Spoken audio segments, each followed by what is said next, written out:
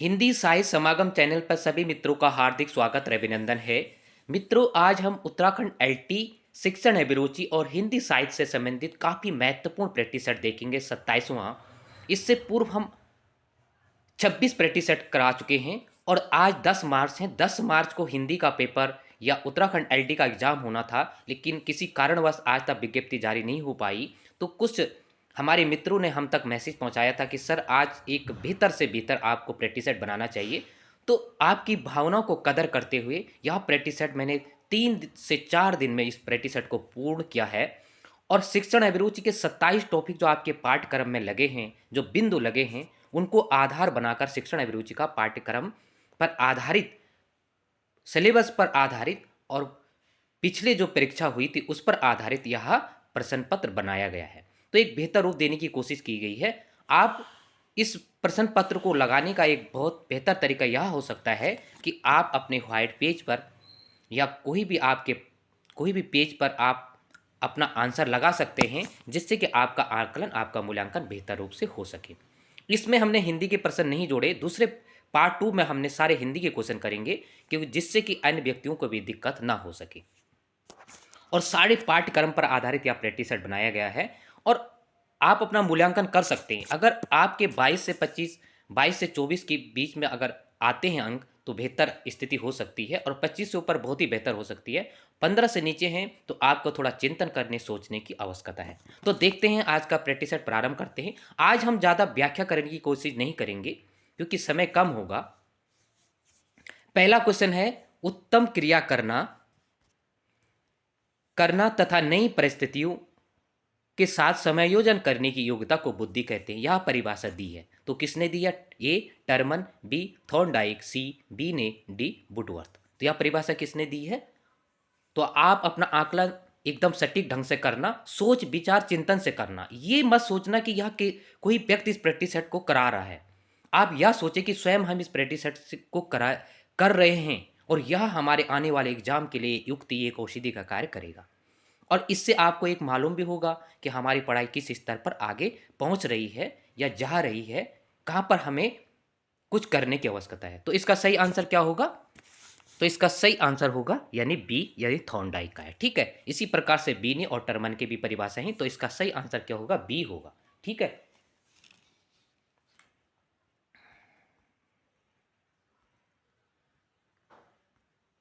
आगे दूसरा प्रश्न देखते हैं।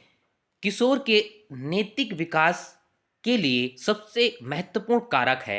ए आदर्श व्यक्तियों के जीवन के बारे में बताए, बी आदर्श पुस्तकें के पढ़ने को दे, सी स्वयं आदर्श को प्रस्तुत करे और डी मित्र वर्ग व्यवहार के लिए प्रोत्साहन करे।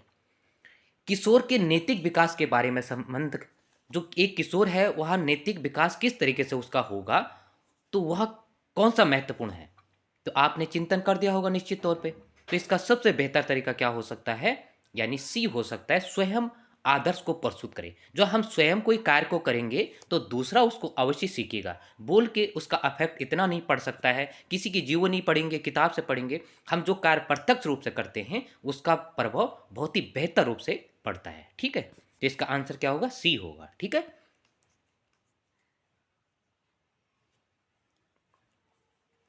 आगे हम तीसरा नंबर का प्रश्न देखते हैं। वर्तनी संबंधी विकार को कहते हैं, वर्तनी संबंधी विकार को कहते हैं। ए डिसग्राफिया, बी डिसलेक्सिया, सी डिस्फेजिया और डी डिसआर्थोग्राफिया। शब्द को पकड़ने की कोशिश करना। पहली बार दूसरा पॉइंट, शब्द को चिंतन से ही आप आंसर देना। और दूसरा महत्वपूर्ण पॉइंट, इसमें ना भी देखना कि नहीं है, नहीं है पर ज़्यादा विचार किया गया है। और नहीं है विचार करने का तात्पर्य यह है कि रचनात्मक ढंग से पेपर बनाया गया है, एक तर्क शक्ति पर आधारित पेपर बनाया गया है, जहाँ पर आप सोचेंगे और मनन भी करेंगे तो वहाँ पर आनंद की अनुभूति और भी बेहतर होगी। ठीक है, बस से कम करे या ज़्यादा क्वेश्चन करे उससे कोई मतलब नहीं बनता। तो इसका सही आंसर क्या होगा? इसका सही आंसर होगा डी होगा। ठीक है, डिसआर्थोग्राफिया। ठीक है, अब देखो डिसलेक्सिया डिसग्राफिया आप तो जानते ही हैं।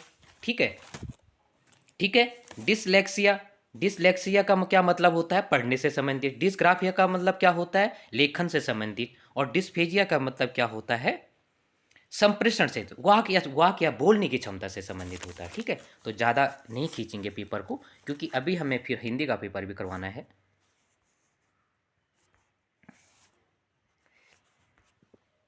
चौथे नंबर का प्रश्न है, गोलमैन ने संवेगात्मक बुद्धि के घटक तत्व बताए। ए 5, बी 4, सी 6 और डी 3। तो गोलमैन ने कितने बताए? तो गोलमैन ने जो संवेगात्मक बुद्धि बताई थी, देखो बुद्धि के अलग अलग सिद्धांत दिए गए थे ना, तो बुद्धि के जैसे बीने, टर्मन, स्पीयरमैन, तो अलग अलग विचारों के अलग अलग विचार थे, और उसमें उन्होंने बुद्धि को बांटने की कोशिश की थी कि किस प्रकार से है। तो गोलमैन ने कितने दिए थे? तो गोलमैन ने इसमें जो है, आप कन्फ्यूजन नहीं होंगे, गोलमैन ने इसके 5 दिए थे। ठीक है, कितने तत्व दिए थे? गोलमैन ने बुद्धि के संवेगात्मक बुद्धि की बात कर रहा है, तो कितने दिए थे? 5 दिए थे। अगला 5वां नंबर का प्रश्न है, निम्न में से कौन सा शिक्षण सूत्र नहीं है? ए प्रत्यक्ष से अप्रत्यक्ष, बी ज्ञान से अज्ञात, सी पूर्ण से अंश और डी अंश से पूर्ण। तो ध्यानपूर्वक आप कीजिएगा और इसको पहचानने की कोशिश कीजिएगा, नहीं है। ठीक है, तो इसका सही आंसर क्या होगा? तो आपने इसका आकलन कर दिया होगा, तो इसका सही क्या होगा? तो इसका सही है, ज़्यादा सोचने की जो आवश्यकता नहीं है, इसका डी होगा। ठीक है, पूर्ण से अंश, देखो ज्ञान से, देखो पहला पेड़ है, आपने देखो पूर्ण, एक छोटी सी परिभाषा, या पेड़ है, और आपने बच्चे को बताया कि यह पेड़ है। पहले आप उसके पत्ती अंदर नहीं दिखा सकते एक छोटे बच्चे को पढ़ाने के लिए, आप पेड़ बताएंगे, फिर उसके बाद बताएंगे इसकी टहनियाँ हैं, इसकी पत्तियाँ हैं। ठीक है, तो पूर्ण से अंश होगा, ठीक है, ना कि अंश से पूर्ण होगा। इस बात को आप ध्यान रखने की कोशिश कीजिएगा, ज़्यादा नहीं खींचेंगे पेपर को। छठा नंबर का प्रश्न है, उस विधि का नाम बताइए जो भविष्यवाणी के अतिरिक्त कथन कारक सिद्धांत पर आधारित है। ए सहसंबंध विधि, बी वर्णनात्मक विधि, सी प्रयोगात्मक विधि और डी आलोकन विधि। किसकी बात कर रहा है? भविष्यवाणी के अतिरिक्त कथन कारक सिद्धांत पर आधारित है। काफी महत्वपूर्ण प्रश्न है छठा का। तो छठे का क्या होगा? तो यह विधि क्या हो सकती है? ठीक है, तो यह विधि क्या हो सकती है बेहतर से बेहतर? तो यह विधि, इसका सही आंसर आपने आकलन कर दिया होगा, सी होगा, यानी प्रयोगात्मक विधि। थोड़ा सा आपको समय भी अवश्य देंगे।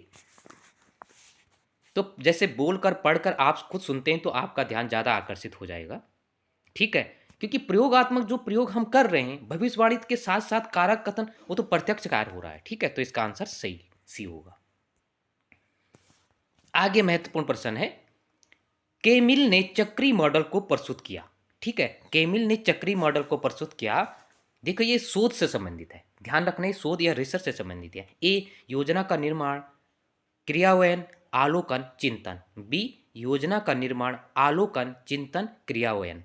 सी योजना का निर्माण, क्रियान्वयन, चिंतन, आलोकन और डी चिंतन, योजना का निर्माण, आलोकन और क्रियान्वयन। तो इसका सही आंसर क्या होगा?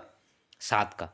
ठीक है, जो चक्री मॉडल दिया था ना केमिल ने, एक तो उसके पद हैं जो 6 से 7 पद होते हैं, लेकिन जो चक्री में 4 पद होते हैं, यह केमिल ने दिया था। ठीक है, कई बार क्वेश्चन पूछा जाता है, एलटी लेक्चर, प्रवक्ता और यहाँ तक कि यूजीसी नेट में भी। तो इसका आंसर आपने लगा दिया होगा। ठीक है, काफ़ी कंफ्यूजन हो रहा होगा, बड़ा क्वेश्चन है, लेकिन अपना चिंतन कीजिएगा। तो इसका सही आंसर क्या होगा? तो इसका कंफ्यूजन नहीं होंगे, इसका आंसर ए होगा। आपको मालूम है कि पहले निर्माण होगा, ये तो ऐसे भी कट जाएगा। ठीक है, उसके बाद ये भी कट जाएगा। देखो अब यहाँ पर एक बात आती, चिंतन। चिंतन को ही मूल्यांकन कहते हैं, इस पॉइंट को ध्यान रख लेना। अगर यहाँ पर मूल्यांकन नहीं है, चिंतन है, तो फिर भी आपको समझ लेना चाहिए। तो आपको दो दृष्टि में कहीं पर भी आप एग्जाम देते हैं, तो आपको बेहतर से बेहतर करने के लिए, सामान्य तो सभी सोचते हैं, लेकिन पास करने के लिए, फाइट में टॉप 10 में आने के लिए, आपको उच्च रैंक प्राप्त करने के लिए आपको अतिरिक्त दिमाग तो लड़ाना ही पड़ेगा। ठीक है, तो चिंतन और मूल्यांकन एक ही हुआ इस हिसाब से। ठीक है, अगर चिंतन नहीं आता तो मूल्यांकन आएगा, तब भी आप इस चीज़ को आप पकड़ लेना। ठीक है, ठीक है, तो चिंतन, योजना का निर्माण, क्रियान्वयन होगा, आलोकन होगा, फिर चिंतन होगा। ऐसा नहीं कि पहले आलोकन क्रियान्वयन करेंगे। ठीक है, आगे 8वां नंबर का प्रश्न है, व्यक्तित्व से संबंधित क्षेत्रीय सिद्धांत को किसने दिया? ए स्किनर, बी कोर लेविन, सी रोजर्स और डी गुथरी। किसकी बात कर रहा है? क्षेत्रीय सिद्धांत बता रहा है, व्यक्तित्व से संबंधित क्षेत्रीय सिद्धांत की बात कर रहा है। तो यह किससे संबंधित होगा?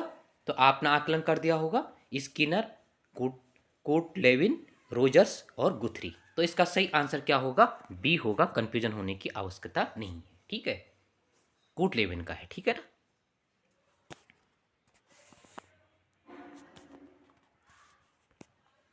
आगे 9वां नंबर का प्रश्न है, आंतरिक या जन्मजात अभिप्रेरणा नहीं है तो कौन सी नहीं होगी? ए भूख, बी निंदा, सी प्यास और डी उदासी। देखिए, दो प्रकार की होती है ना, एक अभिप्रेरणा एक बाह्य होती है, एक आंतरिक होती है। आंतरिक को जन्मजात कहते हैं और जबकि बाह्य को क्या कहते हैं? जिसको अपनाया जाता है। तो इसका सही आंसर क्या होगा? तो आपने सिंपल क्वेश्चन का आंसर लगा ही दिया होगा। तो इसका सही आंसर क्या? नहीं, मैं बात कर रहा है, पॉइंट को याद रख लेना, थोड़ा चिंतन कीजिएगा। ठीक है, तो इसका सही आंसर क्या होगा? तो इसका सही आंसर होगा, कंफ्यूजन होने की जरूरत नहीं है, निंदा है। ठीक है, अगर नींद आता तो तब ये क्या था? जन्मजात था।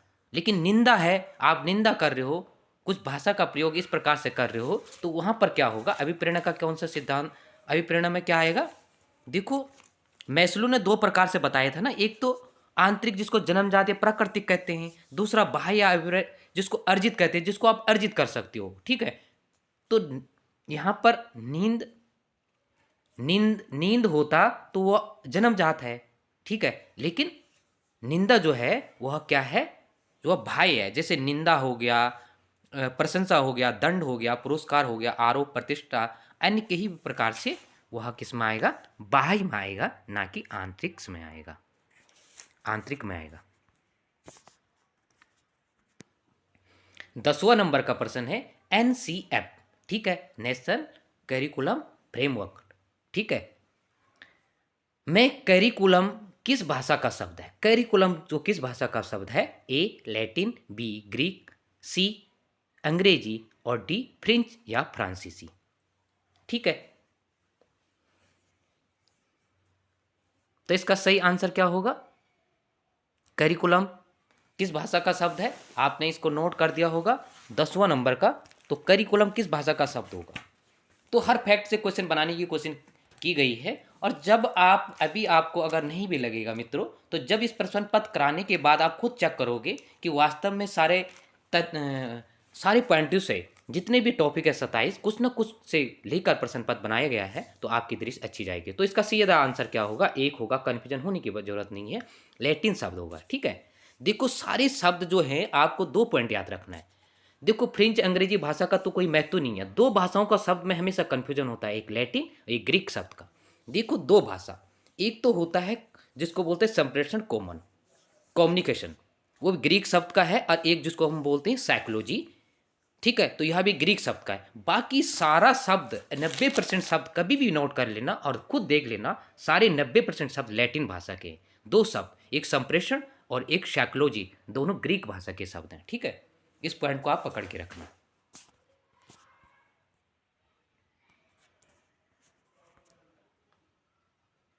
ग्यारह नंबर का प्रश्न है, ब्लूम ने शैक्षिक मूल्यांकन का त्रिकोणीय प्रक्रिया में किसे शामिल नहीं किया?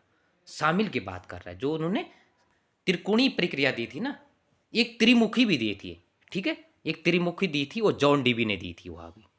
ठीक है, वह क्या दी थी? शिक्षण, पाठ्यक्रम और शिक्षक, बालक शिक्षण पाठ्यक्रम पर आधारित। ठीक है, ए अधिगम का अनुभव, बी अधिगम की प्रक्रिया, सी व्यवहार में परिवर्तन और डी शैक्षिक उद्देश्य। तो शैक्षिक मूल्यांकन का त्रिकोणीय प्रक्रिया का हिस्सा नहीं बताया गया है, किसने? ब्लूम ने। तो 11 का क्या होगा? तो 11 का क्या होगा? तो आपको कंफ्यूजन होने की आवश्यकता नहीं है, इसका सीधा आंसर क्या होगा? इसका सीधा आंसर होगा अधिगम की प्रक्रिया नहीं है। ठीक है, अधिगम का अनुभव या अधिगम का उद्देश्य तो पहले होगा ही, अनुभव और फिर व्यवहार में परिवर्तन। ठीक है, ये ब्लूम का है। आप यही देखोगे, जॉन डीवी का अलग है, और जो शैक्षिक रूप से सर्वमान्य है वह उसमें भी थोड़ा अंतर है।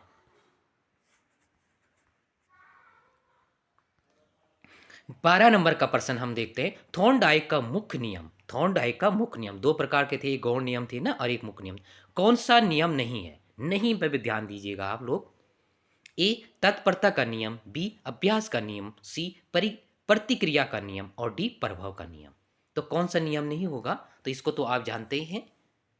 देखो 50-50 का आपका रेशो किया गया है और 50 क्वेश्चन में देखो 10 50 में से हो नहीं सकते कि 50 क्वेश्चन में तो 10 क्वेश्चन गलत होंगे ही, और जो हार्ड होंगे तो उसमें से भी आपके 50 में से जो है 20 क्वेश्चन सही हो सकते हैं। तो कुल मिलाकर आपका जो एक ग्राफ जाता है वो 65 और 70 के बीच में जाता है, जहां आप बेहतर से बेहतर फाइट कर सकते हो।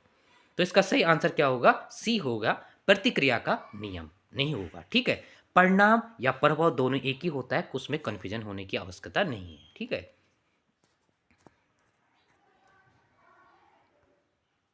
आगे 13 नंबर का प्रश्न है, सैनन बियर मॉडल किससे संबंधित है? सैनन बियर मॉडल किससे संबंधित है? ए व्यक्तित्व से, बी बुद्धि, सी अधिगम, डी संप्रेषण। तो यह क्वेश्चन आपकी स्मृति को जगाना चाहूंगा कि पूर्व प्रश्न पत्र में भी मैंने कुछ क्वेश्चन करवाए हैं, तो इतना हार्ड का लेवल भी नहीं बनाया है। जो क्वेश्चन हार्ड होंगे तो निश्चित तौर पे या तो उस आपने कम्युनिटी में उसको देखा होगा या पूर्व के प्रश्न पत्रों में उसका संग्रह देखा होगा। तो इसमें कन्फ्यूजन नहीं होंगे। 13 का सही आंसर क्या होगा? डी होगा, संप्रेषण से संबंधित है। ठीक है, और ज़्यादातर जो मॉडल है वह ये किसके हैं? बुद्धि के, व्यक्तित्व के और अधिगम के। इस पॉइंट को नोट रख लेना। ठीक है, ऐसे ही यार वेस्लर का आता है, तो वेस्लर और सैनन में थोड़ा डिफरेंस है। ठीक है, वेस्लर का आता है एक, ठीक है, तो उसको कन्फ्यूजन नहीं होंगे आप लोग।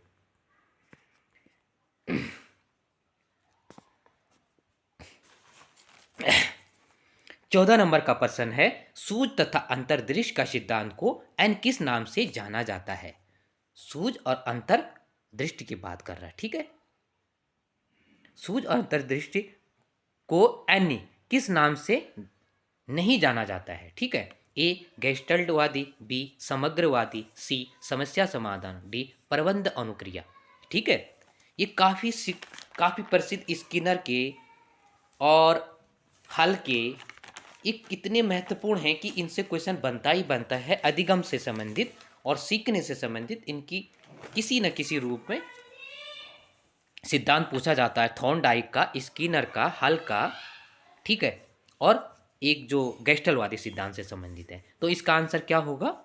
अंतर्दृष्टि एक गेस्टलवादी सिद्धांत से है, तो इसका कंफ्यूजन नहीं होंगे। इसका सीधा आंसर होगा, यानी 14 का क्या होगा? तो 14 का डी होगा, प्रबंध नहीं होगा। ठीक है, प्रबंध नहीं होगा इसमें।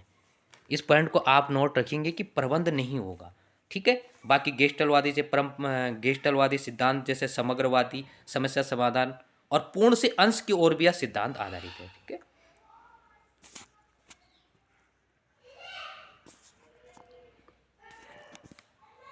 आगे 15 नंबर का प्रश्न है, अधिगम की प्रक्रिया का प्रकार नहीं है। तो कौन सा अधिगम की प्रक्रिया का प्रकार नहीं होगा? ए अभिप्रेरणा, बी पुनर्बलन, सी अवरोध बाधाएं और डी सदैव सफलता पाना। अधिगम से संबंधित है। ठीक है, अधिगम सीखना, और यह महत्वपूर्ण अंश है तुम्हारे पाठ्यक्रम, आपके टॉपिक, आपके बिंदु जो है सिलेबस में लगा हुआ है। तो इसके सोचने की आवश्यकता नहीं है, इसका सीधा आंसर हो जाएगा। ठीक है, हो सकता है आपने सी भी लगाया होगा, लेकिन ऐसा नहीं हो सकता है।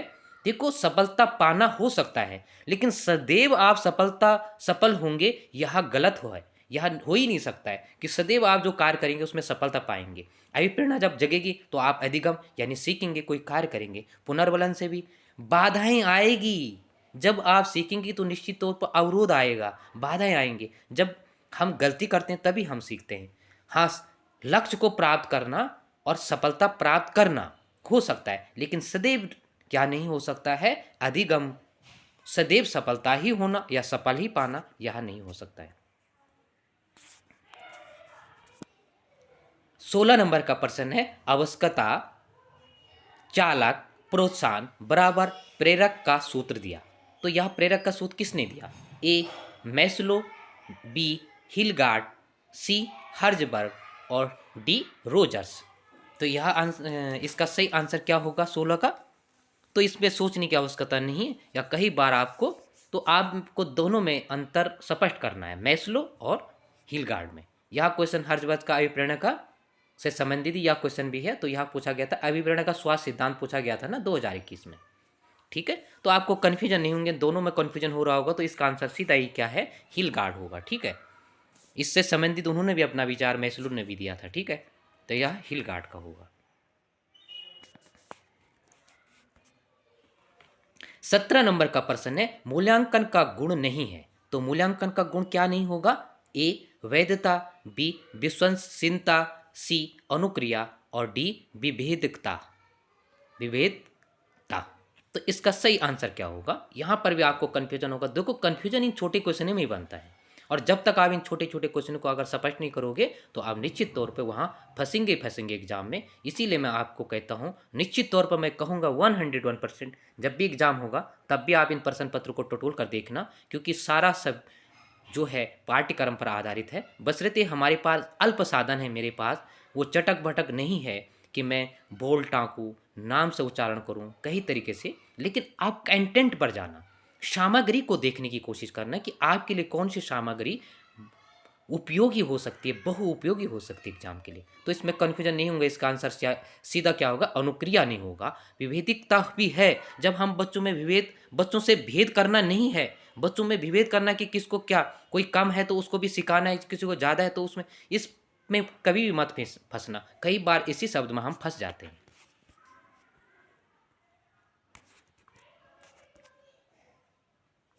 18 नंबर का प्रश्न है, प्रत्येक विद्यालय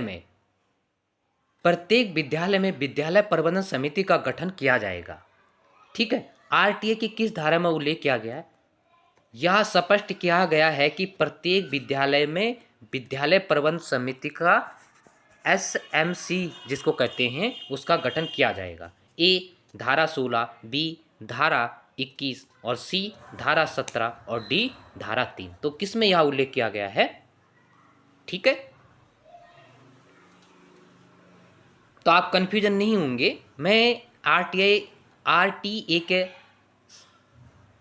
उस टॉपिक पर मैंने संपूर्ण वीडियो चलाई है आधा घंटे की, और सारे तथ्यों को लेकर उस वहाँ बनाया गया था। ऐसा नहीं कि कहीं से उठाकर मैंने यहाँ क्वेश्चन फेंक दिया, ऐसा बिल्कुल भी नहीं है। तो इसका सही आंसर क्या होगा? 21। और 21 में जो है शिक्षा का अधिकार अनुच्छेद है, ठीक है। ये धारा की बात कर रहा है, धारा और अनुच्छेद में अंतर है। एक अनुच्छेद के अंतर्गत काफ़ी धाराएं आ सकती है, इस पॉइंट को नोट कर लेना, ठीक है।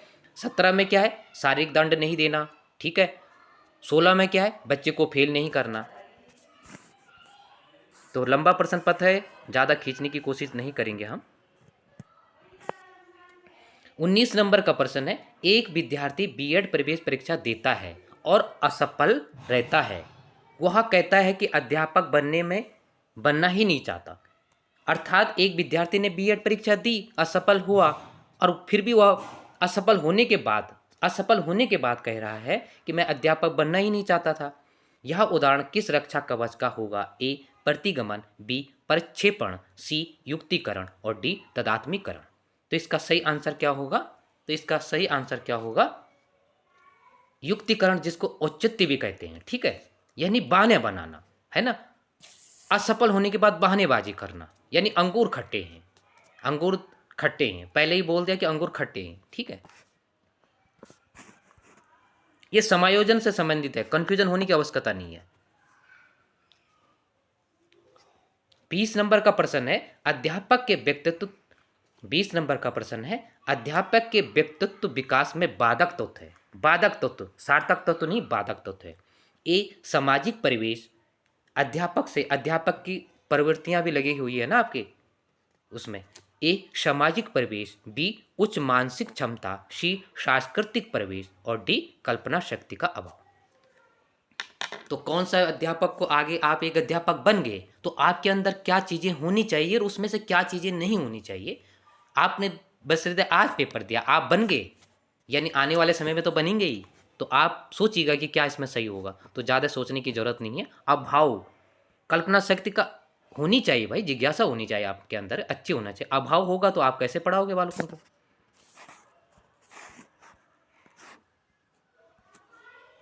21 नंबर का प्रश्न है, नवाचार एक विचार है, व्यवहार है अथवा वस्तु है? क्या है? विचार भी है, व्यवहार भी है, वस्तु भी है। नवीन व वर्तमान का स्वरूप से गुणात्मक दृश्य, वर्तमान स्वरूप से भी गुणात्मक दृश्य, यह परिभाषा किसने दी? ए वारनेट, बी रोजर्स, सी यूनेस्को, डी भोला। तो किसने यह दी? नवाचार आपके सिलेबस में लगा हुआ, बस ऐसा क्वेश्चन नहीं बना, लेकिन आने वाले समय में यह बन सकता है। तो इसका सही आंसर क्या होगा? तो इसका सही आंसर ए होगा, वार नेट ने दिया यह परिभाषा। ठीक है, सारे टॉपिक को आप निश्चित होकर, मुझे सभी लोग ज्ञानी हैं, आप बेहतर अध्ययन कर रहे हैं, और निश्चित तौर पर आप इस प्रश्न पत्र को कराने के बाद आप निश्चित तौर पे इसकी पीडीएफ भी आपको मिल जाएगी। एक आप चैनल में जाकर टेलीग्राम भी ज्वाइन कर सकते हैं, और व्हाट्सअप ग्रुप भी हमारा है, ऊपर व्हाट्सअप नंबर है, आप जुड़ना चाहेंगे तो व्हाट्सअप ग्रुप में भी जुड़ सकते हैं। वहाँ पर मैं निश्चित तौर पर पीडीएफ भी 1-2 दिन में उसमें सेंड कर देता हूँ। 22 नंबर का प्रश्न है, 22 नंबर का प्रश्न है, विकास की विशेषता नहीं है। तो विकास की विशेषता कौन सी नहीं होगी? ए, विकास गर्भ से जीवन पर्यंत पर्यंत चलता है। बी, निश्चित क्रम और दिशा में चलता है क्रम। सी, वृद्धि विकास से पहले होता है या होती है। और डी, विकास जटिल या वर्तुलाकार होता है। तो कौन सी विशेषता नहीं है? ठीक है, तो थोड़ा सा ध्यान से सोचना। तर्क शक्ति पर मैं पूर्व में भी कह चुका हूं कि थोड़ा आप लॉजिक यानी तर्क का प्रयोग कीजिएगा, अपना दिमाग को थोड़ा लड़ाने की कोशिश अवश्य कीजिएगा।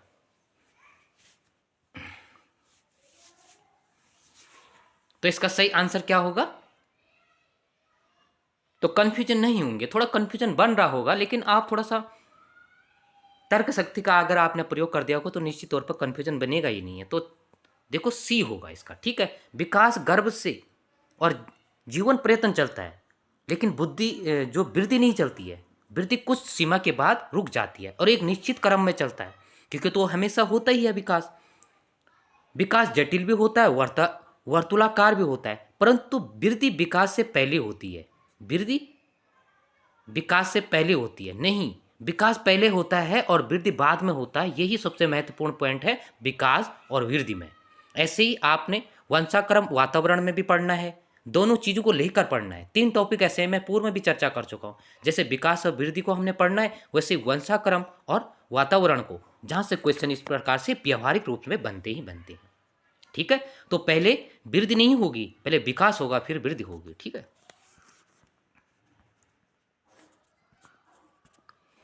23 नंबर का प्रश्न है, व्यक्तिगत मापन की प्रक्षेपी विधि नहीं है। ए, प्रश्नावली विधि, बी, वाक्य पूर्ति विधि, सी, साक्षात्कार विधि, और डी, PF-16 परीक्षण विधि। तो कौन सा नहीं होगा? अब प्रक्षेपी विधि की बात कर रही है। ठीक है, नहीं होगा, तो इसमें आपने आकलन कर दिया होगा। तो कौन सी विधि नहीं होगी? 23 नंबर का प्रश्न है, कौन सी विधि नहीं होगी? तो इसका सही आंसर क्या होगा? कंफ्यूजन नहीं होंगे, इसका सही आंसर बी होगा, वाक्य पूर्ति नहीं होगा। ठीक है, वाक्य पूर्ति को आपने देखा होगा, सेट देखा होगा, टेट में देखा होगा, और रोसा स्याही धब्बा में आपने देखा होगा। ये सारे विधियां क्या हैं? ये है प्रक्षेपी विधि, लेकिन ये 16 वाला विधि जो है इसमें नहीं है, ये अप्रक्षेपी विधि में आता है। इस पॉइंट को भी नोट कर लेना, यही कन्फ्यूजन होता है। ठीक है, और कन्फ्यूजन वाले क्वेश्चन निश्चित तौर पर बहुत से होंगे, लेकिन आपको अपना ध्यान बेहतर रूप से लगाना है। 24 नंबर का प्रश्न है, कंडीशन ऑफ लर्निंग पुस्तक। कंडीशन ऑफ लर्निंग पुस्तक काफी महत्वपूर्ण पुस्तक है। ए, डेल, बी, रॉबर्ट गेने, सी, एंडरसन, और डी, स्किनर। तो किसका हो गया पुस्तक? कंडीशन ऑफ लर्निंग पुस्तक किसकी होगी? 24 का सही आंसर क्या होगा? तो यह बी होगा, रॉबर्ट गेने की है। ठीक है,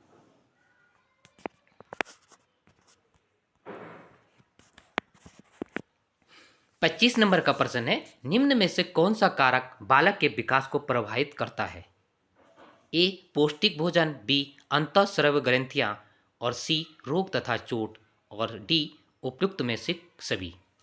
ध्यान से आप लोग देना, दोनों तरफ लगाना अपना ध्यान। तो इसका आंसर सही क्या होगा? कंफ्यूजन बना होगा, तो इसका आंसर निश्चित तौर पर वही होगा, उपयुक्त में से सभी होगा। ठीक है, रोग और चोट भी है, वही विकास को प्रभावित करता है, भोजन के साथ वो भी तो करता है, अंतःस्राव ग्रंथियां तो है ही।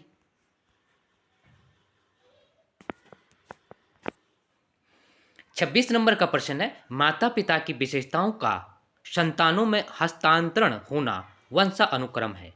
यह परिभाषा किस मनोवैज्ञानिक ने दी है? ठीक है, माता पिता की विशेषता संतानों में क्या करता? हस्तांतरण करता है, वंशानुक्रम है वही। उसको जो संतानों में हस्तांतरण करता है वही वंशानुक्रम है। तो यह परिभाषा दी किसने? ए रॉस, बी मन, सी डगलस हाउलैंड और डी जेम्स ड्राइवर ने। तो इसका सही आंसर क्या होगा 26 का? पूर्व में भी मैं इस प्रश्न को करा चुका हूं एक बार, तो इसका कंफ्यूजन नहीं होंगे। इसका सही आंसर है डी। ठीक है, जेम्स ड्राइवर का है।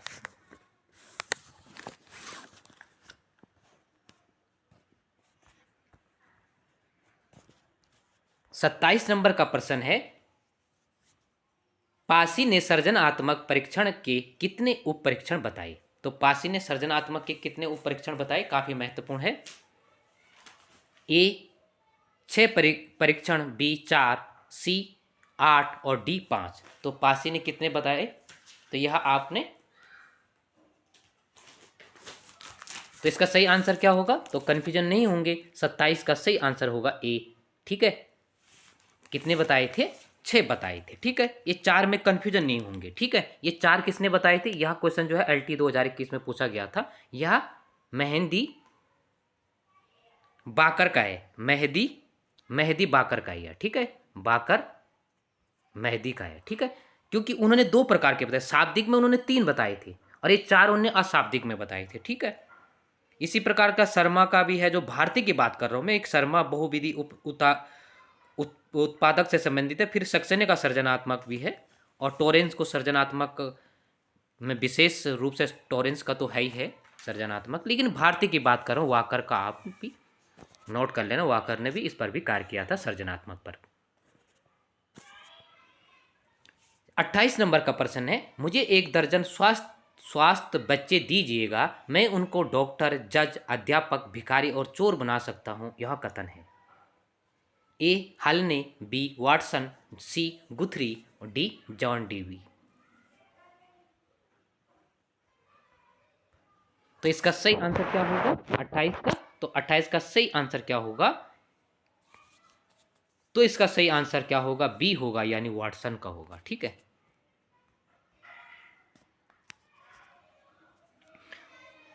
29 नंबर का प्रश्न है, सीखने की वक्र को समानतः 3 भागों में बांटा गया है, इसमें कौन सा भाग नहीं होगा?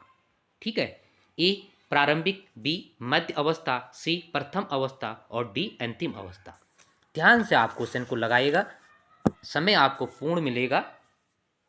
और A B C question number पहले डालकर आप रख सकते हैं और ए बी सी लगाने की आवश्यकता आपको है। और क्वेश्चन नंबर नहीं भी डालते हो तो आप क्रम से ए बी सी लगा सकते हो और बाद में उसका आकलन कर सकते हो। तो इससे आपका एक आकलन बेहतर होगा, आपको एक समझ बनेगी कि इस कठिन से या सरल पेपर में कितने क्वेश्चन हम सही कर सकते हैं, जो कि आने वाले एग्जाम में हमारे लिए बेहतर से औषधि का कार्य करेगा। तो 29 नंबर का सही आंसर क्या होगा? 3 अवस्थाएं बताई थी ना वक्र की, जो सीखने का या अधिगम एक ही हुआ। ठीक है, तो इसका सी नहीं होगा। ठीक है, प्रारंभिक अवस्था होगा, मध्य अवस्था होगा, अंतिम अवस्था होगा, लेकिन प्रथम अवस्था उसमें नहीं है। प्रथम अवस्था का उल्लेख की जगह में प्रारंभिक अवस्था का उल्लेख किया गया है। आगे अंतिम नंबर का प्रश्न है, 30वां नंबर का प्रश्न है, कोहल वर्ग ने अपने नैतिक तार्किक विकास सिद्धांत में कितने वर्ष के बालकों को शोध में शामिल किया? ठीक है, नैतिक विकास का दिया था ना, और इसमें कई बार कंफ्यूजन हो जाता है। कई बार हम डिस्कस देखते हैं कि जो है पियाजे ने दिया, लेकिन पहले 1938 में पियाजे ने दिया था। इस पर बेहतर कार्य जो है किसने किया था? कोहल वर्ग ने किया था। और तभी से कोहल वर्ग का जो है यह नैतिक विकास का प्रसिद्ध माना जाता है। उसका भी सिद्धांत है निश्चित तौर पर, जीन पियाजे का भी। जैसे पिछले बार किसका हुआ? पुनर्वलन का हुआ। तो कई बार वहाँ पर हमें दिक्कत होती है, जब हम अपनी मन मर्जी वहाँ पर हमारी नहीं चल सकती है। बस से आयोग के पास कोई तथ्य, तुम्हारे पास कोई तथ्य प्रमाणित हो तो वही मानेगा, ना हमारे और तुम्हारे बोलने से। ठीक है, तो कई बार अपने दिमाग को ज़्यादा दौड़ाने की आवश्यकता नहीं करनी चाहिए। तथ्यों पर, प्रत्यक्ष पर अपना ध्यान देना चाहिए। ए 10 से 16, बी 4 से 6 और सी 16 से 18 और डी 6 से 12। ठीक है, तो कित शोध में जो है कितने वर्ष के बालकों पर उन्होंने किया था? तो इसका सही आंसर होगा ए, यानी 10 से 16 वर्ष के, ठीक है। इसमें उन्होंने 72 लड़कों को शामिल किया था, इस शोध के लिए 72 लड़कों को शामिल किया था, ठीक है। तो मित्रों आज के लिए इतना ही। अभी जितना भी समय मेरे को उचित मिल सके, पूरा प्रश्न पत्र तो बहुत लंबा होगा, लेकिन मैं चाहता हूं कि इसको एक क्रमबद्ध तरीके से एक बेहतर बेहतर रूप देने की कोशिश करूंगा। हिंदी का प्रश्न पत्र लेने की कोशिश करूंगा अभी, तो उसको भी आप बेहतर रूप से लगाने की कोशिश कीजिएगा। तो आज के लिए इतना ही।